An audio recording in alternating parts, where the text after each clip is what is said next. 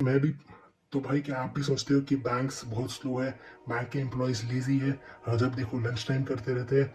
मैं भी ऐसा ही सोचता था। लेकिन भाई जो आजकल सोशल मीडिया की वज़ह से जो वीडियोज़ निकल के आ रहे हैं गवर्नमेंट बैंक से even and even private banks, तो भाई उससे समझ में आ रहा है कि भाई बैंक्स की हालत बहुत गलत है। मतलब आप खुद सोचो, आपका जो योनो एसबीआई का बैंक एप्लीकेशन है, आपके वास्ते जब कंज्यूमर के वास्ते जो इतना ज़्यादा ऑप्टिमाइज कर रहे हैं आजकल लोग, उनके वास्ते इतना घटिया ऐप बना रखे हैं। इवन HDFC का भी बैंक बहुत ख़राब है। मतलब ऐसा लग रहा है पता नहीं कौन से ज़माने का बैंक का इस्तेमाल कर रहे हो।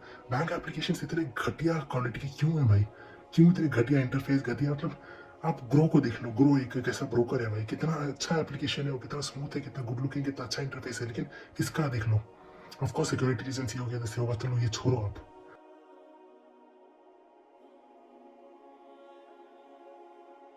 सोचो भाई जो एसबीआई में काम कर रहा है, जो बैंक्स में काम कर रहा है, उनका जो एप्लीकेशन इंटरफेस है वो कितना कैसा होगा, कितना घटिया होगा, कितना स्लो होगा, कितना गंदा इंटरनेट आता होगा उधर। वो लोग कैसे आपका काम करेंगे? आपको लगेगी ना 2-3 दिन, बिकॉज भाई वो लोग को लेजी नहीं है। इवन मैंने कई सारे बैंक के एम्प्लॉयज़ को देखा, इतने हार्डवर्किंग काम करते हैं भाई। बैंक में मशीन काम नहीं करती, कुछ नहीं करती। क्यों हो रहा है ऐसा? बैंक की इतनी घटिया हालत क्यों है?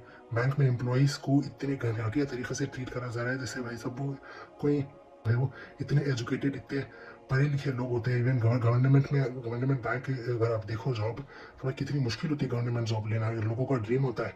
लेकिन वहाँ से गवर्नमेंट जॉब की हालत क्या है आप देख रहे हो, ट्रीट कैसे हो रहे हैं, वीडियोस आ रहे हैं कि भाई उनके जो डेली टारगेट्स होते हैं एफडी बनाने के, इंश्योरेंस सेल करने के या डिपॉजिट्स लेने के, अगर वो अचीव नहीं कर पा रहे हैं तो उन्हें भाई साहब ऑफिस में डाल दिया जा रहा है, या भाई साहब घर में जब जा रहे हैं वो लोग उनको बोल रहे हैं बस करो और यार अपना टारगेट अचीव करो डे का।